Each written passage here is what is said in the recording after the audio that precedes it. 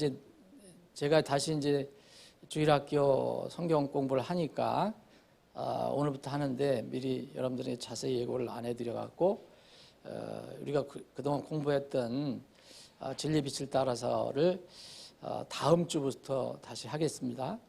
여러분들이 지난번 한 거 작년 11월 말인가요? 그때까지 한 거 그 다음부터 우리가 공부를 하겠습니다. 그래서 오늘은 이제 다른 주제를 하나 가지고 여러분들과 공부를 하겠습니다. 정말 이 말 그대로 성경 공부예요. 이거는 지난주에도 말씀드렸지만 여러분들이 온통 지금 뭐 우리 마음과 우리 생각과 또 세상 사람들 다 그렇고 매스컴도 그렇고 온통 지금 다 덮고 있는 주제 하나가 이게 이제 역병이잖아요. 전염병. 그 말을 잘 안 하잖아요. 역병이라는 말을.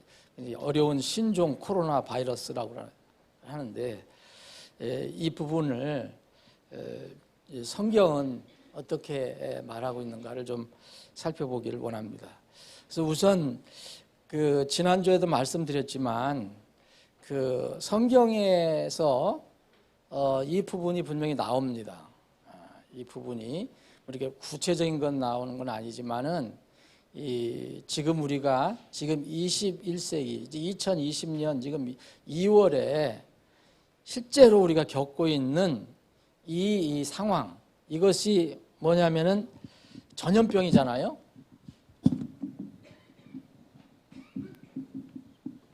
전염병인데 이 전염병은 성경에서 여러 번 나오고 있습니다. 전염병. 그래서 그러면 성경에서 어떻게 이해하고 있는가 한번 살펴보겠는데 이거를 여러분들 익숙한 옛날 개역 성경은 뭐라 그랬냐면 이걸 온역이라고 그랬어요.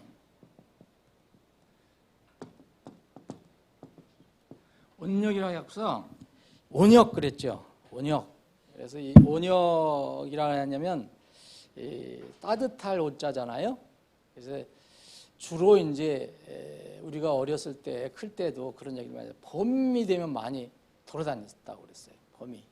그래서 아마 그 전에 성경은, 개역 성경은 온역으로 번역을 했던 것 같아요. 온역. 그래서 온역이라고 그랬죠. 온역을 요새 잘 안 쓰는데. 그래서 이제 역병이라는 말을 많이 쓰죠. 역병.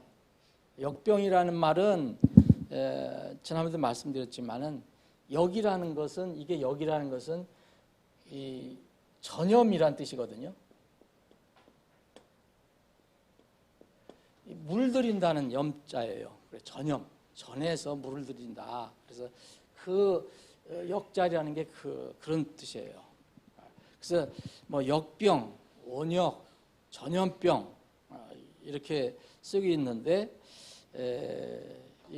지금 우리가 가지고 있는 성경은 그냥 역병으로 이렇게 번역해서 이게 뜻을 모르는 분들도 있어요. 아이들은 또 특별히 무슨 뜻인지 모를 수도 있어요. 그래서 전염병 하면 되게 알잖아요. 근데 여러분들 자료를 보시면 알겠지만 성경에서 이렇게 온역, 역병, 온역 이렇게 이렇게 번역되는 것이 크게 두 가지인데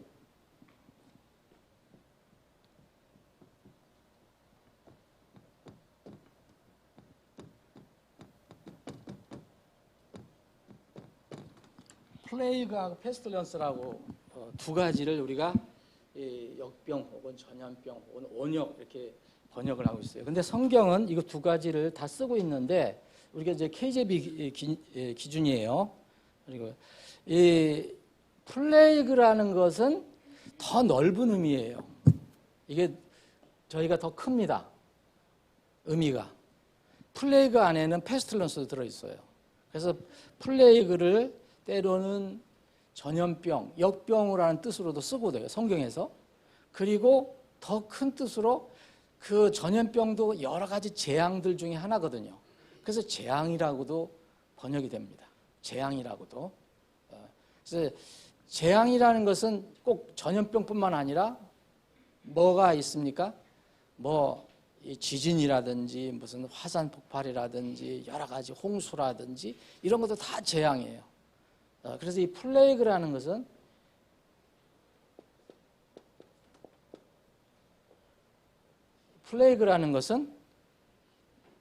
이 KJV에서 그렇게 두 가지로 쓰이고 있다. 재앙.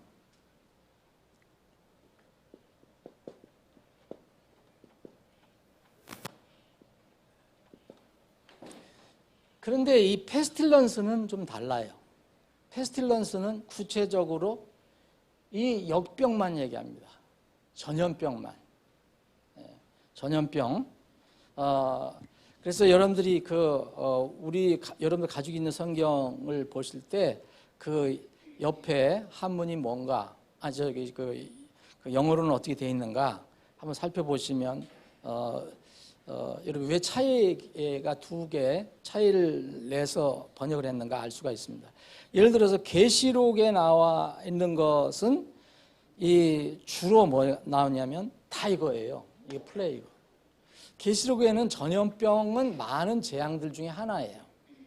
거긴 지진, 또 뭐예요? 홍수, 무슨 하늘에서 떨어지는 여러 가지 질병, 여러 가지가 포함되거든요. 그래서 요한계시록에는 전부 플레이그예요. 페스틸런스라는 말은 안 씁니다. 근데 거기에는 물론 당연히 전염병 같은 그런 것도 있죠. 재앙들도 있을 것이, 여러 가지 재앙들이 하는 것. 그래서 이 플레이그라는 말은 이 역병 혹은 재앙으로 번역할 수 있는 이것은 단수로 한 성경에 여러분 자료 보시면 한 80회 나오는데 주로 어디에 많으냐? 구약에 많아요. 구약에. 그러니까 단수로 쓰일 때는 구약에 많아요.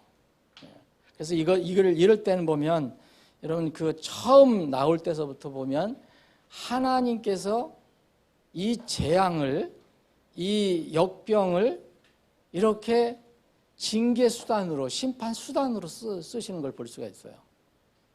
처음서부터 그래요. 처음서부터. 출애굽기 11장, 12장 이거 보면은 이게 여러분 아시면 그 이집트의 파라오를 심판하실 때 쓰시는 도구예요. 그래서 하나님께서 재앙을 보내시고 역병을 보내신다고 그랬어요. 그리고 이제 신약에서는 딱 3번 나오는데 이것은 이제 어떤 개인과 이게 단체 구별할 때 개인의 질병. 그래서 그 유명한 혈루증 앓던 여인을 이제 역병이라고 얘기를 했어요. 개인. 그것은 이제 치료하시는 그것을 볼 수 있습니다. 구약에서는 하나님께 심판하실 때 역병을 보내시고 신약에 와서는 예수님, 하나님이신 예수님이 그 역병을 치료하세요. 그리고 물론 그 계시록에 보면은 단수로도 쓰이는데 이것은 이제 재앙을 가리키죠. 우박, 위에서 떨어지는 이런 우박이나 지진이나 이런 것들을 가리킬 때 쓰고요. 그리고 이제 플레이그가 복수로 쓰일 경우가 있습니다. 이것들은 묶어서 하나님께서 재앙들을 하나가 아니라 여러 가지 재앙들을 묶어서 이렇게 내리실 때 이렇게 쓰입니다. 제일 처음 나온 것이 창세기 12장에 보면 하나님께서 아브라함과 사라를 보호하시기 위해서 파라오에게 큰 재앙들을 내리는 것을 볼 수 있어요. 12장에 보면 이럴 때 쓰고 있고요. 나머지는 전부 계시록의 재앙들입니다. 그래서 이 계시록 9장에 보면은 이 재앙들로 인해서 죽지 않고 남아있는 사람들이 끝까지 회개하지 않고 하나님을 대적한다, 그런 말이 나와요.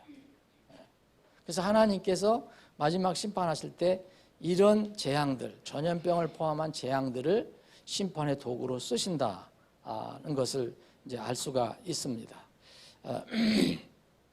그리고 이 계시록에 보면은 이제 하나님께서 두 증인을 세우시잖아요. 사람 두 증인, 전도자 두 증인을 세울 때 하나님께서 말만 전하시게 하는 게 아니라 이 두 증인에게 권능을 주셔서 이 두 증인이 재앙들을 이렇게 심판할 수 있도록 자기가 재앙들을 보낼 수 있는 그런 능력을 주신다고 계시록에 나와 있습니다. 계시록 11장에 보면. 자, 그럼 이제 이 페스틸런스는 재앙이라는 말보다 전부 전염병 혹은 역병으로만 쓰인다. 역병으로만. 그래서 이건 또 대부분 단수로 나와요. 역병. 재앙하면은 이제 복수로 쓰이는 경우도 많지만 단수로 총 46회가 나오는데 이 구약에서만 나오고 신약에서는 안 나와요. 신약에는 한 번도 나오지 않습니다. 구약에서만 전부 나옵니다. 이게 전염병 혹은 역병. 이게 이제 출애기에서부터 나오는데 모든 것을 여러분 살펴보시면 거기에 다 정리를 해야 되는데 여기에 보면 하나님께서 어떤 대상을 심판하실 때 쓰시는 도구예요.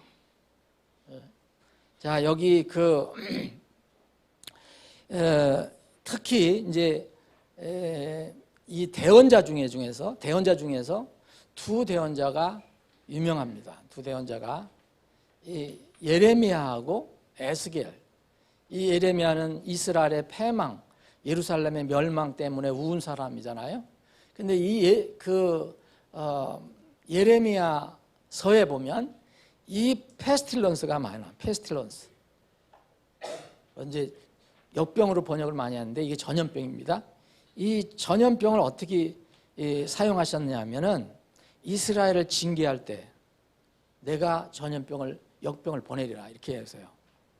그리고 또 이스라엘뿐만 아니라 이스라엘을 괴롭히는 적을 주님께서 또 심판하실 때 이스라엘의 적에게도 보내요.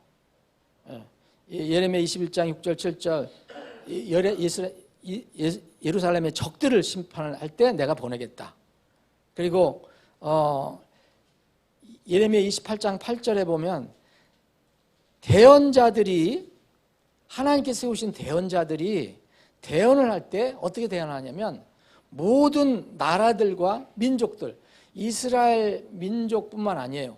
또 이스라엘을 바로 옆에서 괴롭히는 그 민족뿐만 아니라 모든 나라들과 모든 민족들에 대하여 전쟁, 재앙, 이 역병에 대해서 대응을 합니다. 이것은 하나님께서 사용하시는 도구라는 것을 쭉 이렇게 알 수 있습니다. 거기에 쭉 보면 이스라엘이 불순종해서 예루살렘에 남아있는 사람에게도 내가 역병을 보냈겠다. 그런데 하나님 말씀을 어기고 또 이집트가 자기들의 도움이 될 거라 생각해서 이집트로 내려가는 사람들, 너희들이 거기 가서도 있을 때 내가 역병을 보내리라. 이렇게 얘기해요. 예레미야서를 보면. 그리고 또 다른 에스겔 선지자, 에스겔 대언자도 계속해서 이 이야기를 합니다. 이스라엘뿐만 아니라 이스라엘을 괴롭히는 이방 민족에게도 내가 이 역병을 보내리라. 그래서 에스겔 28장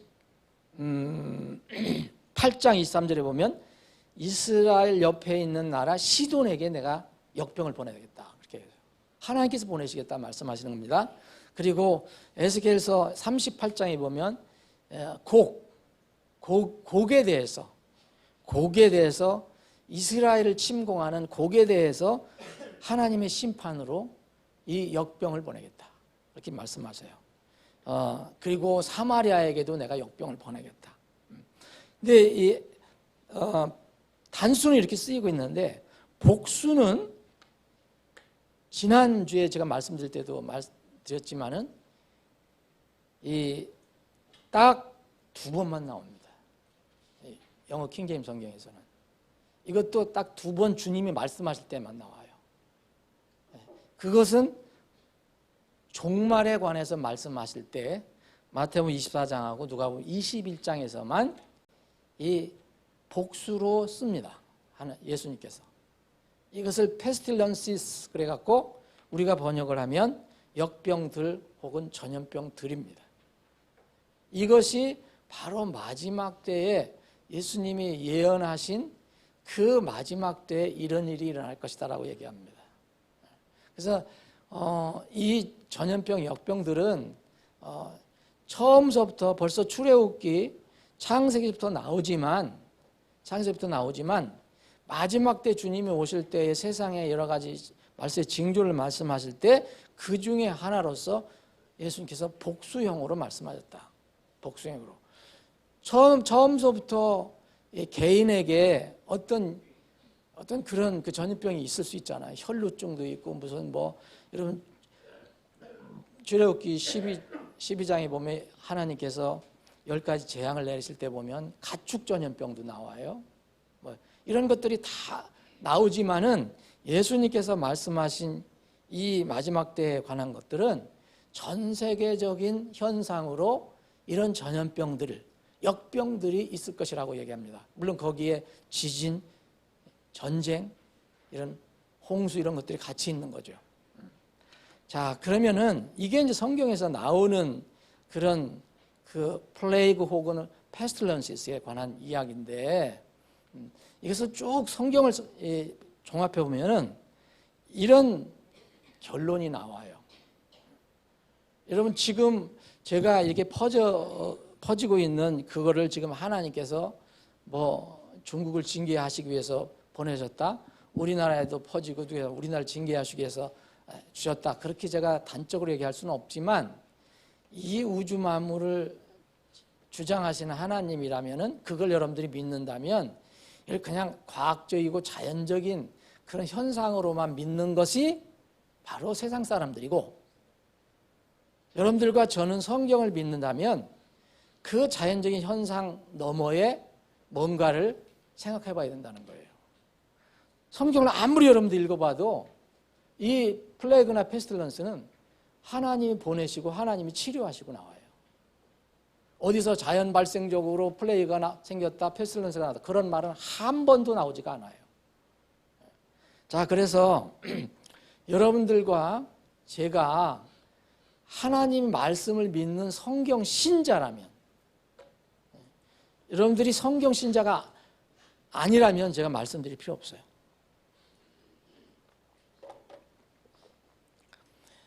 믿긴 믿는데 성경을 또 안 믿는 사람도 있어요. 좀 이상한 거죠. 믿긴 믿는다고 하면서도 성경의 말씀보다는 세상 말을 더 믿는 사람들이 있어요. 과학을 더 믿는 사람들. 구원 여부를 떠나서. 근데 여러분들이 정말 성경 말씀이 하나님 말씀인데 이 말씀은 정말 1.1핵도 오류가 없는 살아있는 하나님 말씀이라고 믿으신다면 이렇게 묵상을 할 필요가 있다고 저는 생각합니다. 그래서 여러분들 오늘 아침에 잠깐 앞으로 15분 동안 이 묵상을 한번 해보겠습니다. 지금 우리 주위에 온통 이 일 때문에 머리가 아플 정도인데 그러면 우리는 이 세상의 어떤 상황 속에서도 하나님을 믿는 성경 신자라면 무엇을 생각해야 되느냐? 첫 번째, 우리가 살아가고 있는 역사의 주인은 누구냐? 제가 늘 강조해서 말씀드리지만 역사의 주관자, 역사의 주장자는 누구냐? 그래서 성경이 분명히 얘기하고 있습니다. 하나님이심을 성경은 밝히고 있습니다. 우주 만물 창조하신 것뿐만 아니라 또 사람을 창조하신 것뿐만 아니라 사람의 생과 사와 화와 복도 주장하시는 분이고 호흡을 주장하시고 또 세상의 모든 왕들과 나라의 어떤 흥망성쇠를 주장하시는 분은 하나님이라고 분명히 밝히고 있습니다. 제가 이거 정리를 하다 보니까 너무 많아서 여러분 거기 정리된 구절을 한번 참고하시면 됩니다. 다른 거 보면 모르겠어요. 근데 성경을 읽으면 분명히 그렇게 얘기하고 있어요. 그래서 여기서 우리가 이제 플레이그나 페슬런스 관련된 자료 그 구절 찾아보면 대부분 내가 역병을 보내리라 그렇게 해요. 하나님께서 대원자림할 때는 하나님께서 역병을 보내시리라 그렇게 얘기합니다. 자연 발생적으로 일어날 것이다 라고 말씀하시지 않고 자, 역사의 주관자는 하나님이시라는 것을 굳게 믿으신다면 하나님은 어떤 분이시냐? 공의의 심판을 하시는 분이라는 거예요. 공의의 심판. 하나님은 거룩하신 분이라고요 얘기합니다. 하나님 거룩하신 분이라고 했잖아요. 거룩이라는 것은 진리와 공의를 포함하고 있는 겁니다. 그게 없으면 거룩이라는 말이 안 맞아요. 거룩이라는 말에는 사랑만 들어가서는 안 돼요. 거룩이라는 것은 아주 완전히 깨끗하고 부정이 없고 뭐 완전한 것을 얘기하는 거잖아요. 그럼 우리가 얘기하는 진리와 공의와 연결되는 거죠. 그러면 진리와 공의는 부정하고 더러운 것들, 죄, 불의한 것들, 이것을 심판하는 겁니다. 그래서 성경을 보면 하나님이 심판자라고 얘기한 거예요. 수없이 창세기 죄가 들어온 이후부터 하나님께 심판하시는 내용이 나와요. 건지시는 것도 나오지만 심판하시는 내용이 나와요. 이 하나님의 속성 때문에 그래요. 하나님의 공의의 심판은 에덴 동산에서부터 우리가 기다리는 새하늘과 새 땅이 도래할 때까지 우리 그 과정 사이에 우리가 살고 있거든요. 아직 하나님이 재림하시지 않으셨어요. 지금 우리는 그 과정에 살고 있는데 이 상황에서도 여전히 심판은 이루어지고 있다. 심판이 이루어지고 있다. 그런데 자꾸 큰 심판이 일어나요. 개인에 대한 하나님께 심판하시잖아요. 어떤 생명을 걷어가시고 또 어떤 민족도 망하게 하시고 또 흥하게 하시고 다 심판을 하셔요. 하시는데 지금 마지막 때에는 유보하는 성격이 강하죠. 성경을 보면 또 기다리신다는 거예요. 그럼에도 불구하고 심판이 계속 이루어지고 있어요. 그래서 이게 언제 종결이 되냐? 대배왕자 심판 때 완전히 종결이 되는 거죠. 모든 심판이 종결이 돼요. 그 전까지 이제 적은 심판이든 큰 심판이든 이루어지고 있어요. 우리가 그 과정에 살고 있어요. 그래서 역사를 주관하시는 분 하나님입니다. 그런데 하나님은 공의에 심판하시는 분이다. 그러면은 공의로 심판하실 때 하나님은 어떻게 심판하시느냐? 여러분들 지금 말씀드리는 건 전부 성경에서 나온 거예요. 제 개인적으로 얘기 드리는 건 하나도 없어요. 여러분을 대신해서 제가 하루 이틀 이게 준비해서 다 조사해서 이렇게 정리를 한 것뿐이에요. 심판을 하시는데 말씀으로도 다 하실 수 있는 분이죠. 그런데 성경을 보면 심판을 집행하시는 수단이 있다는 거예요. 그게 나와요. 심판 수단이 나와요. 하나님께 심판하실 때 그분의 거룩하신 뜻과 목적에 따라서 그분이 정하신 합당한 수단을 가지고 심판하셔요. 여러분, 하나님께서 말씀으로 그냥 있으라 해도 있었는데요. 다 생겼는데 빛이 있으라 다 있었잖아요. 뭐 사람 외에는 다 말씀으로 있으라 하면 다 있었어요. 그런데 하나님께서 심판하실 때 그건 못해요.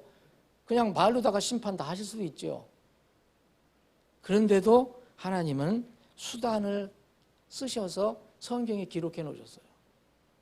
그 수단을 보면 이 전염병도 하나의 수단임을 여러분들 발견할 수 있습니다. 전염병도 역병이라는 것. 그래서 역병의 더 큰 의미로는 재앙이라고 그랬잖아요. 재앙 안에 역병이 들어가 있는데 이 여러 가지 재앙 중에서 성경 읽어보면은 여러분 쉽게 찾아볼 수 있는 것이 뭐로 내가 심판하겠다 이런 말씀이 종종 많이 나와요. 그 중에 이제 내가 칼과 또 기근과 역병으로 혹시 전염병으로 치겠다 이렇게 말씀하세요. 또 보내겠다 이런 말씀하세요.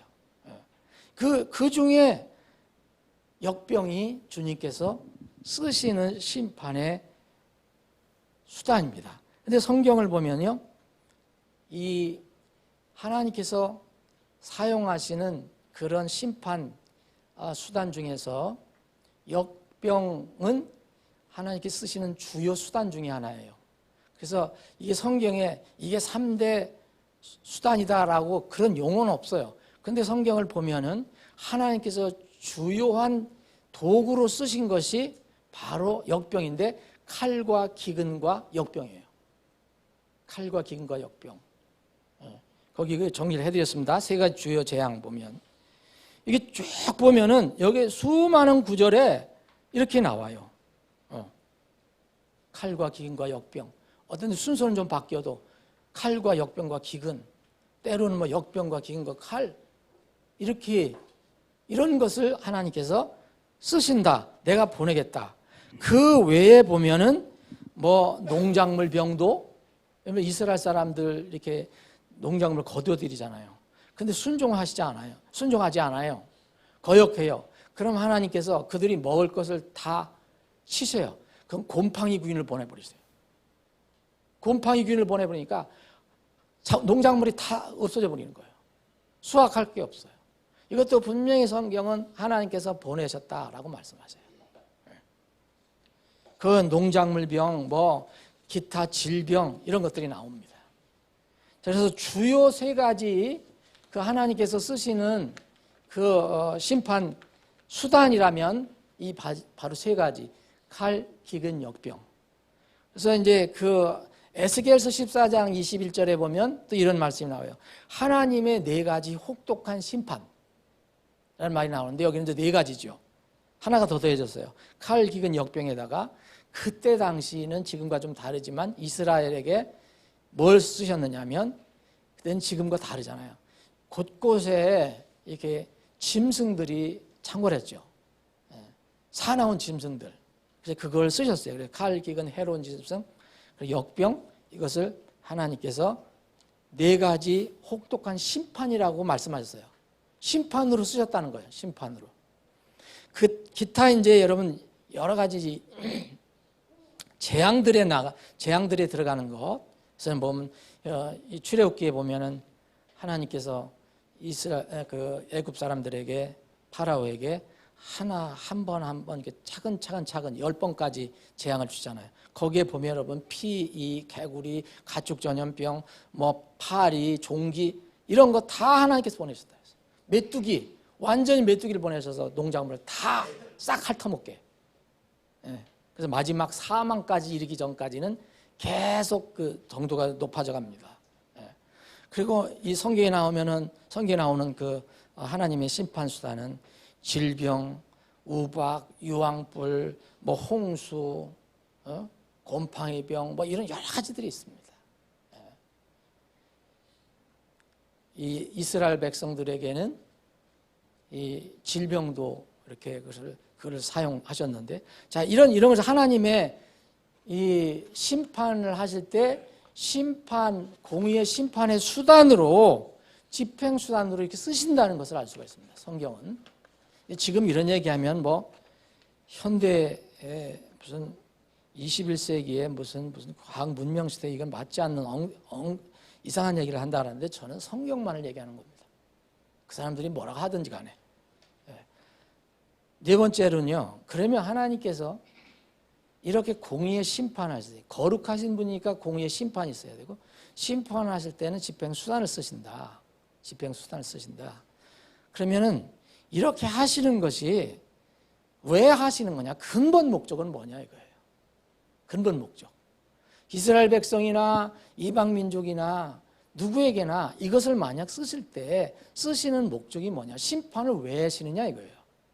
공의를 위해서, 거룩을 위해서 하시지만은 또 하나의 하나님 속성이 있는데 그것은 사랑인데 이것은 결국은 마지막 예를 들어서 애굽에 열재앙을 주셨는데 사망을 처음부터 주시지 않았어요.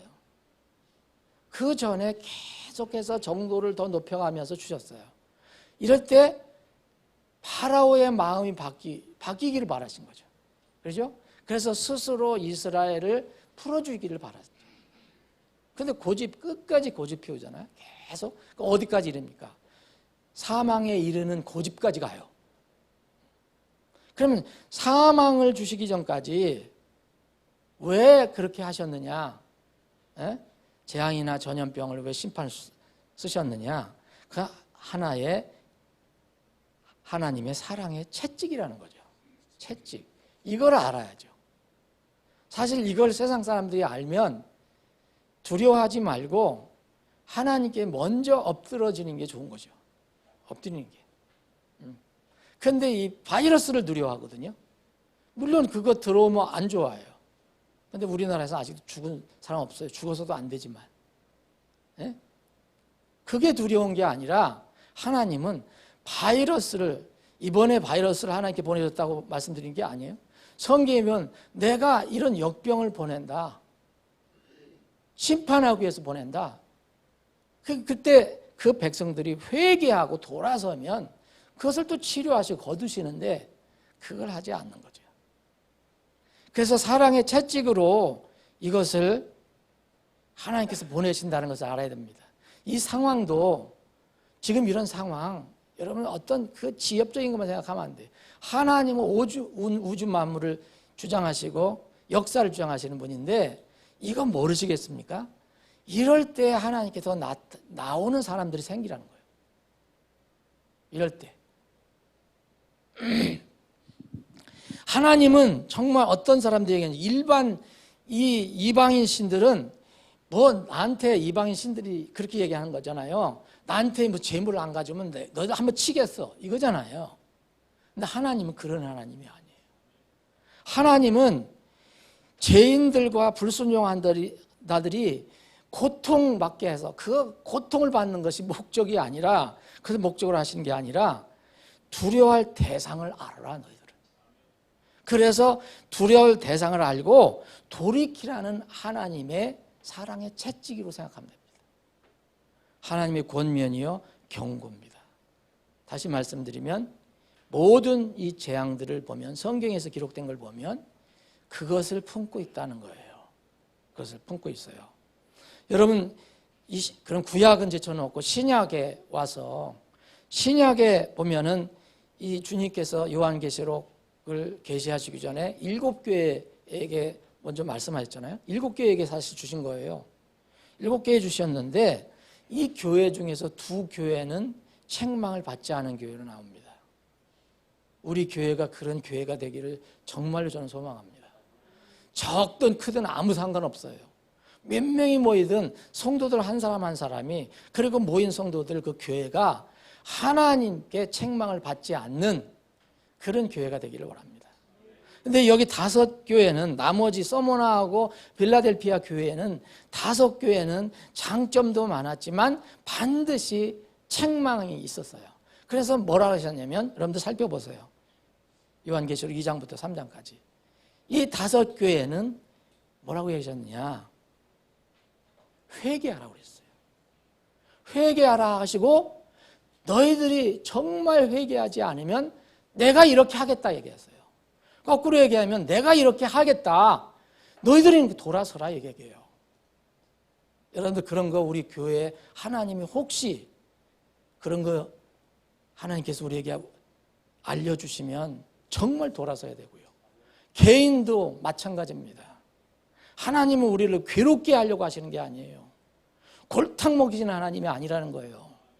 우주 만물을 주장하시고 우리 생명과 호흡을 주장하시고 이 민족의 흥망성쇠를 주장하시는 분이 왜 그렇게 하겠어요?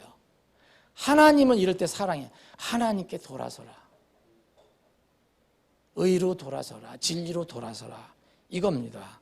그래서 이 베드로 기자에게는 노아의 홍수 왜 보내셨냐? 그랬잖아요. 왜 보내셨냐? 마지막 때 불심판이 있을 것인데 그 불심판이 있기 전에 회개하라고, 그래서 오래 참고 계신다 그랬잖아요. 오래 참고.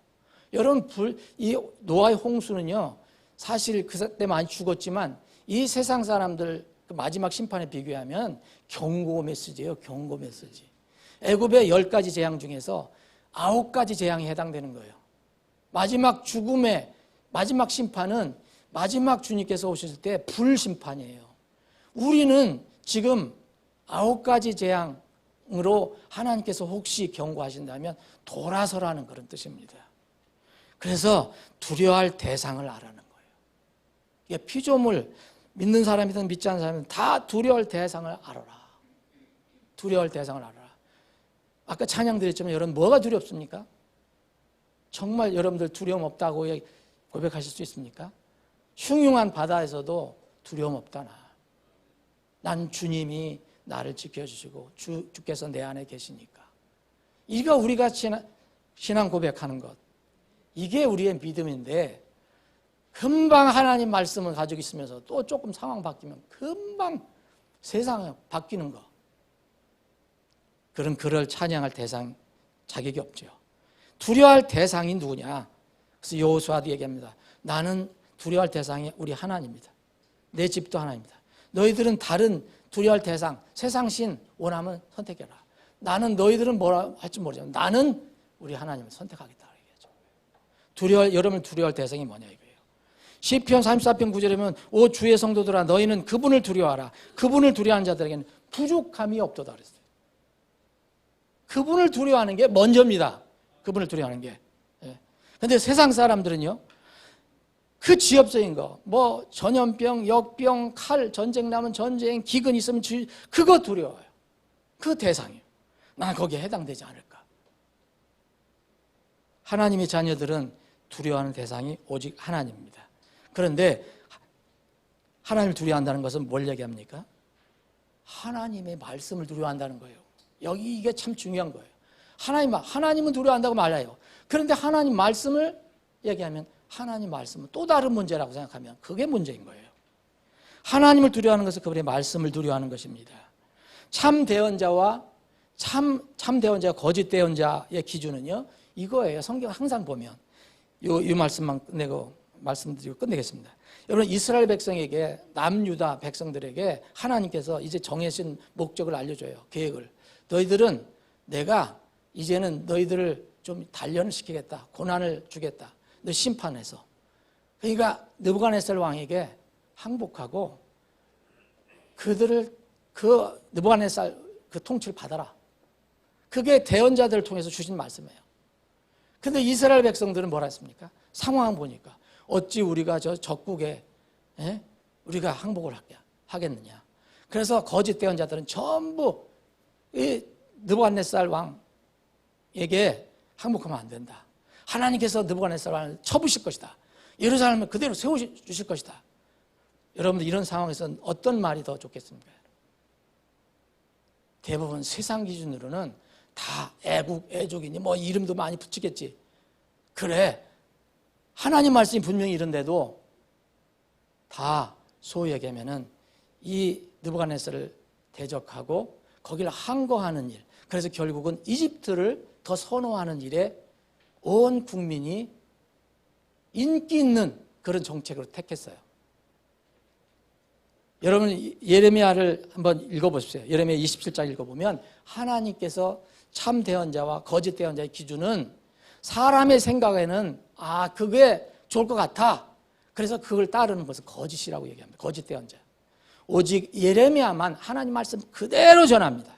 너희들은 느부갓네살에게 항복하라. 여러분 우리 해로운 역병 하나님께서 우리를 건져주십니다. 그분 하나님께서 너를 새 사냥꾼의 올무에서 해로운 역병에서 확실히 건지시리로다. 내가 밤에 임하는 두려움과 낮에 날아드는 화살과 어둠 속에서 다니는 역병과 한낮에 피폐하게 하는 멸망을 무서워하지 아니하리로다. 중요한 것은 먼저 이루어지는 게 있어요. 하나님의 관계가 어떠냐 이거예요.